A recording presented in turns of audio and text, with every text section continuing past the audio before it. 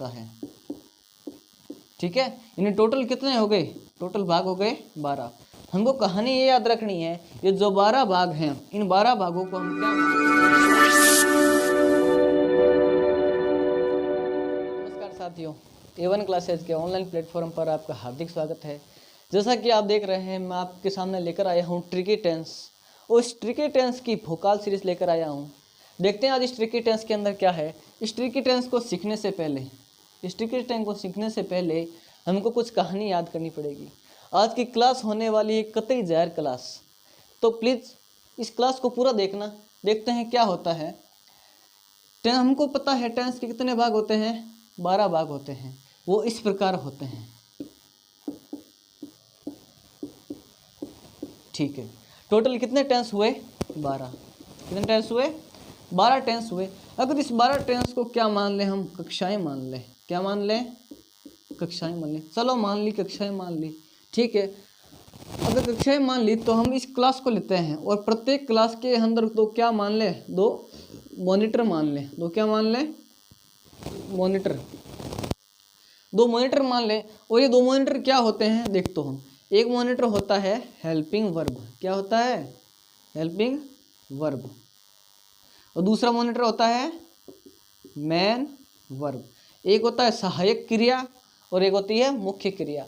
यानी प्रत्येक टेंस के अंदर 2 चीज़ें मेन होती है, वो है हेल्पिंग वर्ब और मेन वर्ब। और इसी ट्रिकी टेंस सीखने के लिए आपको बातें ज़रूर याद होनी चाहिए, यानी ये कहानी आपको पता होनी चाहिए। अब आप देखो सीखते हैं क्या होता है आगे।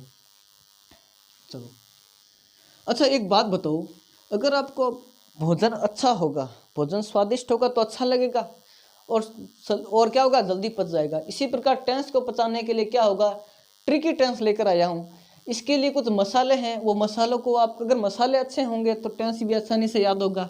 समझ में आई बात। देख तो इसके लिए मसाला क्या है, यानी इस ट्रिकी टेंस को सीखने के लिए आपको किन किन बातों का याद करना पड़ेगा।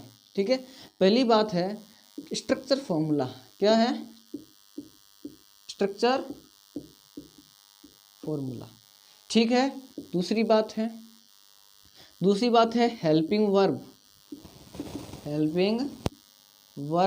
And main verb. और क्या होती है, मेन वर्ब। यानी प्रत्येक 12 टेंसों की हेल्पिंग और मेन वर्ब याद करनी पड़ेगी। इसके लिए मैं आपको एक टेबल कराऊंगा, उस टेबल में 12 टेंसों की हेल्पिंग वर्ब और मेन वर्ब याद हो जाएगी।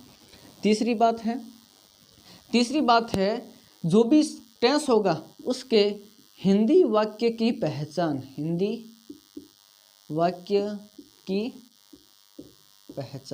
ठीक है जी। चौथी बात है आपको इंग्लिश के सेंटेंस को पहचानने के लिए कुछ आइडेंटिफिकेशन वर्ड होते हैं, यानी कुछ कीवर्ड होते हैं। क्या होते हैं, कीवर्ड। उन कीवर्ड्स को याद होना, इस कीवर्ड्स को क्या करना चाहिए, याद। इन चारों बातों को हम ट्रिक की सहायता से सीखेंगे। ठीक है, कैसी लगी आपके सामने ये देखो। सीखते हैं हम स्ट्रक्चर फॉर्मूला। आज किसको बचाएंगे हम, आज इसको बचाएंगे। तो मारवाड़ी में कहे तो कैसी लगी आपको ट्रिक, तो गुरुजी कहे तो मारवाड़ी में कहे तो घनी चोखी लगी। देख तो सीखते हैं स्ट्रक्चर फॉर्मूला कैसा है।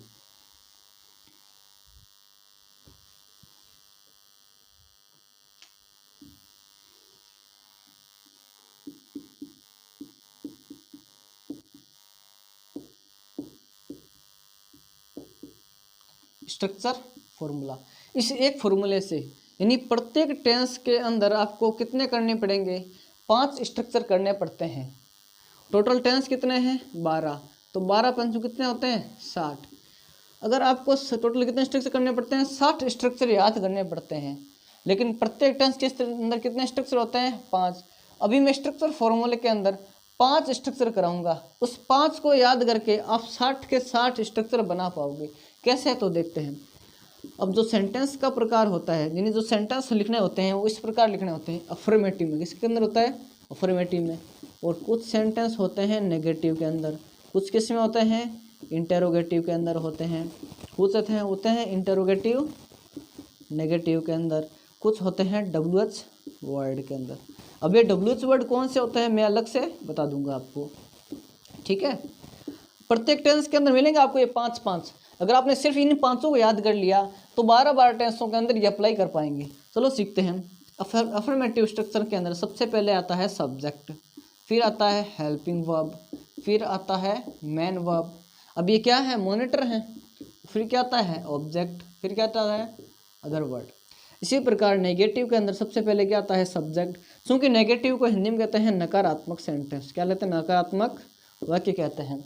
सब्जेक्ट, फिर क्या आता है, हेल्पिंग वर्ब, फिर क्या आता है, नॉट, फिर मेन वर्ब, फिर ऑब्जेक्ट और अदर वर्ड। यानी इसमें फ़र्क क्या है, सिर्फ नॉट ऐड हुआ, बाकी वैसा का वैसा सेंटेंस है। और इंटरोगेटिव सेंटेंस दो तरह के होते हैं। कितने तरह के, दो तरह के, एक ये रहा और एक ये रहा। इंटरोगेटिव दो तरह के, देखो इधर समझाता हूँ मैं। इंटरोगेटिव कितने तरह के हो गए, दो तरह के। एक जो सेंटेंस जो किससे शुरू होता है, हेल्पिंग वर्ब से शुरू होता है, और एक है जो WH वर्ड से शुरू होता है, WH वर्ड से शुरू होता है। इसकी आपको दो बातें याद रखनी है।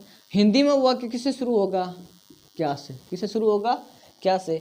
और ये वाला जो सेंटेंस है WH वर्ड वाला, वो सेंटेंस के बीच में, सेंटेंस के बीच में कहीं ना कहीं क्या, क्या, कौन सा, कैसे, कहाँ, ये सारे कहाँ आएंगे, बीच में आएंगे। लेकिन इसमें क्या आएगा, जो क्या है वो कहाँ आएगा, वाक्य के शुरू के अंदर आ जाएगा। समझ में आई बात। यानी इस सेंटेंस का जो उत्तर होता है, यानी जो इंटरोगेटिव का अगर सेंटेंस से कोई प्रश्न बनता है, उसका उत्तर किसमें आता है, हाँ या ना में। किसमें आता है, हाँ या ना में। लेकिन WH वर्ड से जो भी क्वेश्चन बनेगा उसका उत्तर हाँ या ना में कभी नहीं आएगा। ठीक है। फॉर एग्जाम्पल एक क्वेश्चन बनाता हूँ, जैसे हिंदी में बोलूँ, क्या आप पढ़ते हो, क्या आप जाते हो, इसका उत्तर क्या आएगा, हाँ मैं जाता हूँ, हाँ मैं पढ़ता हूँ। अगर मैं इसका क्वेश्चन बनाऊँ तो मैं पूछता हूँ आप क्या करते हो, तो इसका उत्तर हाँ या ना में आएगा, नहीं आएगा। आपको कुछ ना कोई काम बताना पड़ेगा। मैं कहता हूँ आप कहाँ जा रहे हो, तो आपको उत्तर हाँ मैं जा रहा हूँ, ऐसा नहीं होगा, आपको स्थान बताना पड़ेगा। तो समझ में आई बात। तो देखो आगे देखते हैं बातें। इंट्रोगेटिव ये वाला, इसमें क्या करते हैं, हेल्पिंग वर्ब को शुरू में लेकर आते हैं। तो ये हेल्पिंग वर्ब को उठाकर सब्जेक्ट के आगे लगानी है और नोट को हटा देना है। तो हेल्पिंग वर्ब क्या हो गई, आगे आ गई, सब्जेक्ट, मेन वर्ब, ऑब्जेक्ट और अदर वर्ड। पीछे क्या आ जाएगा, प्रश्नवाचक चिन्ह आ जाएगा, क्योंकि ये क्या है, प्रश्नवाचक वाक्य है। इंट्रोगेटिव नेगेटिव कुछ भी नहीं करना। इंट्रोगेटिव हमारे सामने पड़ा है, नेगेटिव ऐड करना है तीसरे स्थान पर। पहला स्थान हेल्पिंग वर्ब, दूसरा स्थान सब्जेक्ट, तीसरा स्थान नॉट, चौथा स्थान मेन वर्ब, ऑब्जेक्ट और अदर वर्ड। क्लियर, समझ में आई बात। WH वर्ड में कुछ भी नहीं करना। WH वर्ड जो भी दिया गया है WH उसको उतार दो, फिर इस यहाँ पर इंट्रोगेटिव वाला स्ट्रक्चर उतार लो।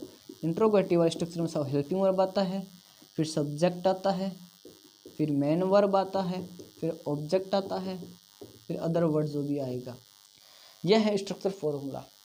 इसमें आपको छोटी सी बात क्या याद रखनी पड़ेगी, इसमें दो टेंस ऐसे हैं, दो टेंस ऐसे हैं। देखो यहाँ बताता हूँ मैं आपको। एक टेंस है प्रेजेंट सिंपल, क्या है, प्रेजेंट सिंपल, और एक है पास्ट सिंपल। ये दोनों आपस में भाई भाई है। ये दोनों क्या है, एक प्रेजेंट का पार्ट है, एक पास्ट का पार्ट है सिंपल सिंपल। इसको एक नाम से और जानते हैं, इसको बोलते हैं इनडेफिनेट टेंस। चाहे प्रेजेंट इनडेफिनेट बोल दो, चाहे सिंपल बोल दो, एक ही बात है। इन टेंस के अफर्मेटिव में, इन टेंस के अफर्मेटिव में हेल्पिंग वर्ब नहीं आती है। तो जब इसका स्ट्रक्चर बनाओगे तो ये हेल्पिंग वर्ब वाला पार्सन हट जाएगा, बाकी सेम टू सेम है, कहीं चेंजिंग नहीं होगी। इन दो टेंसों के स्ट्रक्चर के अंदर सिर्फ ये हट जाती है, हेल्पिंग वर्ब निकल जाती है, बाकी सेम टू सेम रहती है। तो समझ में आई बात आज की। तो कैसी लगी आज की क्लास, कुछ भी नहीं करना है, प्रत्येक। अब देखो क्या याद करना है अगली सीरीज के अंदर। आज सीरीज का पहला दिन था, आज वोकल सीरीज का पहला दिन था, तो कल वोकल सीरीज के अंदर सीखेंगे प्रत्येक टेंस की हेल्पिंग वर्ब और मेन वर्ब। समझ में आई बात। वो सीखने के बाद हम क्या करेंगे, जो हेल्पिंग वर्ब मेन वर्ब है इन फॉर्मूले के अंदर पुटअप करेंगे, फॉर्मूले के अंदर पुटअप करेंगे और 60 स्ट्रक्चर को बनाना सीखेंगे। ये पास्ट प्रेजेंट वाला जो लफड़ा है वो अगली सीरीज के अंदर, बुक सीरीज नंबर 2, इसमें आपको ये याद करके समझ में आ जाएगा। तो समझ में आई आज की क्लास। कैसी लगी? धन्यवाद।